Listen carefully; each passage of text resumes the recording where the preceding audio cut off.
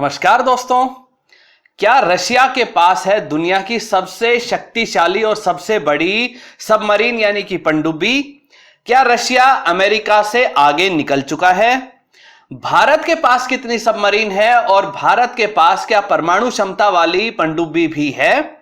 पाकिस्तान के पास सबमरीन कितनी है और क्या चीन के पास दुनिया की सबसे ज्यादा सबमरीन्स का बेड़ा है? क्या चीन की नेवी से भारत को खतरा है? चीन की पनडुब्बियां कितनी एडवांस हैं, कितनी शक्तिशाली हैं और क्यों भारत को फिलहाल चीन की बढ़ती हुई ताकत से, चीन के नेवी की बढ़ती हुई ताकत से खास चिंतित होने की आवश्यकता नहीं है? कौन कौन से वो कारण हैं जो चीन की नेवी को भारत में अपना दबदबा बनाए रखने से रोकती हैं? ये सारी बातें हम डिस्कस करेंगे इस वीडियो में। नमस्कार दोस्तों, मेरा नाम है अमित और मैं स्वागत करता हूं आपका अमित अपडेट्स चैनल पर।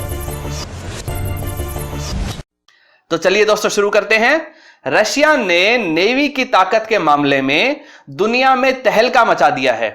रशिया ने बना ली है सबसे लंबी, सबसे शक्तिशाली न्यूक्लियर अटैक सबमरीन, जिसका नाम रखा गया है बेलगोरोड। यह बेलगोरोड पनडुब्बी 604 फीट लंबी है और एक बार में ही 6 परमाणु हथियार ले जाने लायक टोरपीडो से लैस है। यह इतने शक्तिशाली परमाणु हथियार हैं कि पूरा शहर आराम से तबाह कर सकती है। इसकी ताकत आप इस बात से समझ सकते हैं कि सेकेंड वर्ल्ड वॉर के दौरान अमेरिका ने जापान के ऊपर 2 न्यूक्लियर बॉम्ब गिराए थे। पहला न्यूक्लियर बॉम्ब हिरोशिमा पर गिराया था, दूसरा नागासाकी शहर पर गिराया था। 1945 में हुए इस परमाणु हमले में जापान के 2,30,000 लोग मारे गए थे। इसको बहुत बड़ी संख्या कहा जाता है, लेकिन बेलगोरोड पनडुब्बी में जो न्यूक्लियर बम लगे हुए हैं उनकी क्षमता तो हिरोशिमा और नागासाकी वाले बम से भी 100 गुना से भी ज्यादा ताकत रखती है। यानी कि यह 100 गुना ज्यादा ताकत वाले परमाणु बम या हथियार इस पनडुब्बी में लगे हुए हैं। अगर यह पनडुब्बी अपने परमाणु हथियार किसी दुश्मन देश के पास पानी में छोड़ दे तो वहां 250 से लेकर 300 फीट ऊंची लहरें बन जाएंगी, वहां सुनामी आ जाएगी और फिर वैसी ही तबाही होगी जैसी जापान व दूसरे देशों में 2011 में आई सुनामी से हुई थी। इस पनडुब्बी के हथियारों से जो सुनामी आएगी उसमें रेडियो एक्टिव मटेरियल भी होगा और रेडियो एक्टिव यूरेनियम के होने से परमाणु हमले वाले हालात पैदा हो जाएंगे। इससे पूरे शहर के शहर, सभी बिल्डिंग्स, पेड़ पौधे, नदी नाले, इंसान, जानवर सभी खत्म हो जाएंगे और सिर्फ एक बार ही तबाही नहीं होगी। इस परमाणु हमले के बाद फैले रेडियो एक्टिव रेडिएशन की वजह से उन शहरों में हजारों साल तक कोई इंसान नहीं रह पाएगा।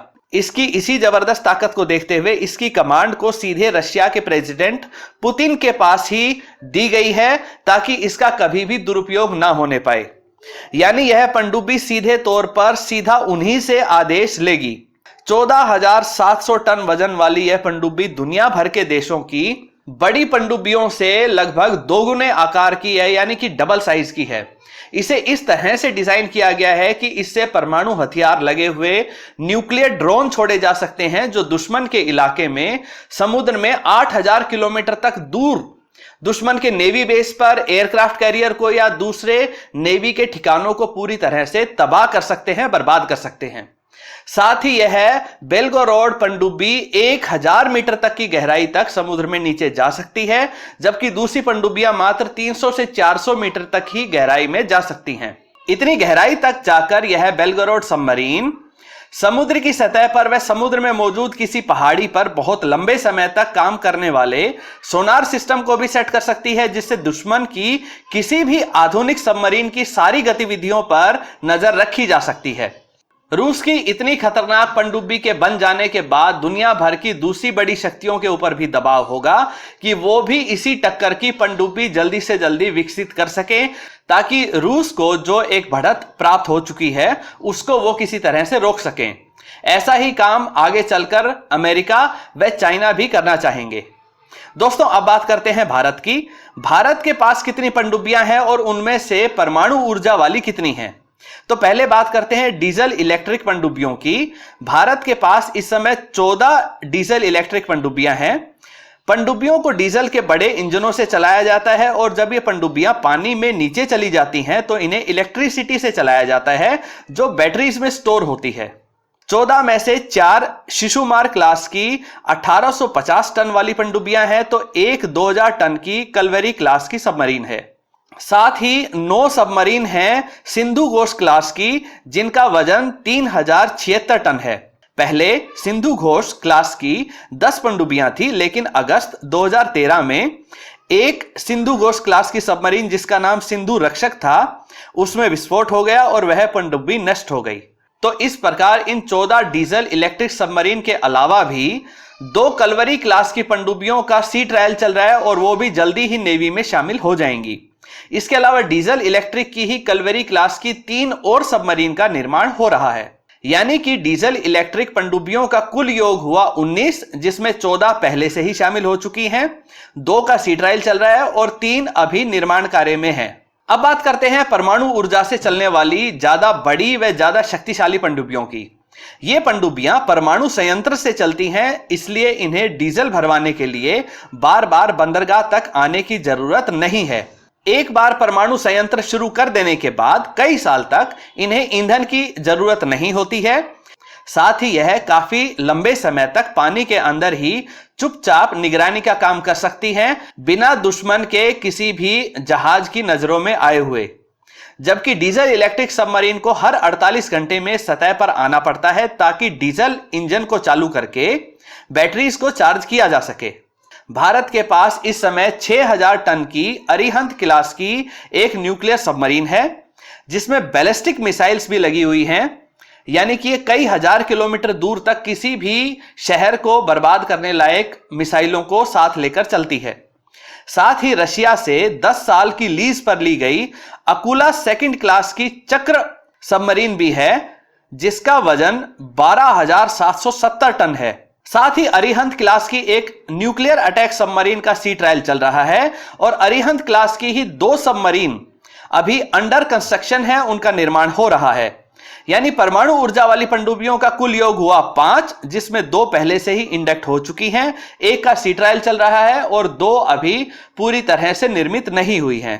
अगर बात करें अपने पड़ोसी देश पाकिस्तान व चीन की, तो पाकिस्तान के पास हैं अगोस्ता 90B क्लास की 2050 टन वाली 3 सबमरीन। साथ ही अगोस्ता 70 क्लास की 2 सबमरीन है जो 1760 टन की हैं। यानी कि सिर्फ 5 ही पनडुब्बियां पाकिस्तान के पास हैं और ये सभी पनडुब्बियां डीजल इलेक्ट्रिक सबमरीन हैं, यानी कि यह लंबे समय तक पानी के अंदर नहीं रह सकती। इन्हें बार बार समुद्र के सतह पर आना पड़ता है, साथ ही तेल भरवाने के लिए बार बार बंदरगाह तक वापस भी लौटना पड़ता है, इसलिए इनका आसानी से पता लगाया जा सकता है और साथ ही ये बड़े हथियारों को भी अपने साथ नहीं ले जा सकती हैं। आपको याद ही होगा कि पाकिस्तान ने अमेरिका की एक पनडुब्बी खरीदी थी और उसको पाकिस्तान ने अपना नाम दिया था गाजी। इस गाजी पनडुब्बी को काम दिया गया था कि यह 1971 की लड़ाई में विशाखापट्टनम पोर्ट पर भारतीय एयरक्राफ्ट कैरियर को तबाह कर दे। इसके लिए इसे विशाखापट्टनम पोर्ट भेजा गया, लेकिन भारत ने ही इसे यानी कि गाजी सबमरीन को तबाह करके समुद्र में ही डुबो दिया। यह पाकिस्तानी पनडुब्बी आज भी विशाखापट्टनम के पास ही भारतीय समुद्री इलाके में अभी भी पानी के नीचे डूबी हुई है। दोस्तों, संख्या व क्षमता के आधार पर पाकिस्तान बिल्कुल भी भारतीय सबमरीन्स का मुकाबला नहीं कर सकता है।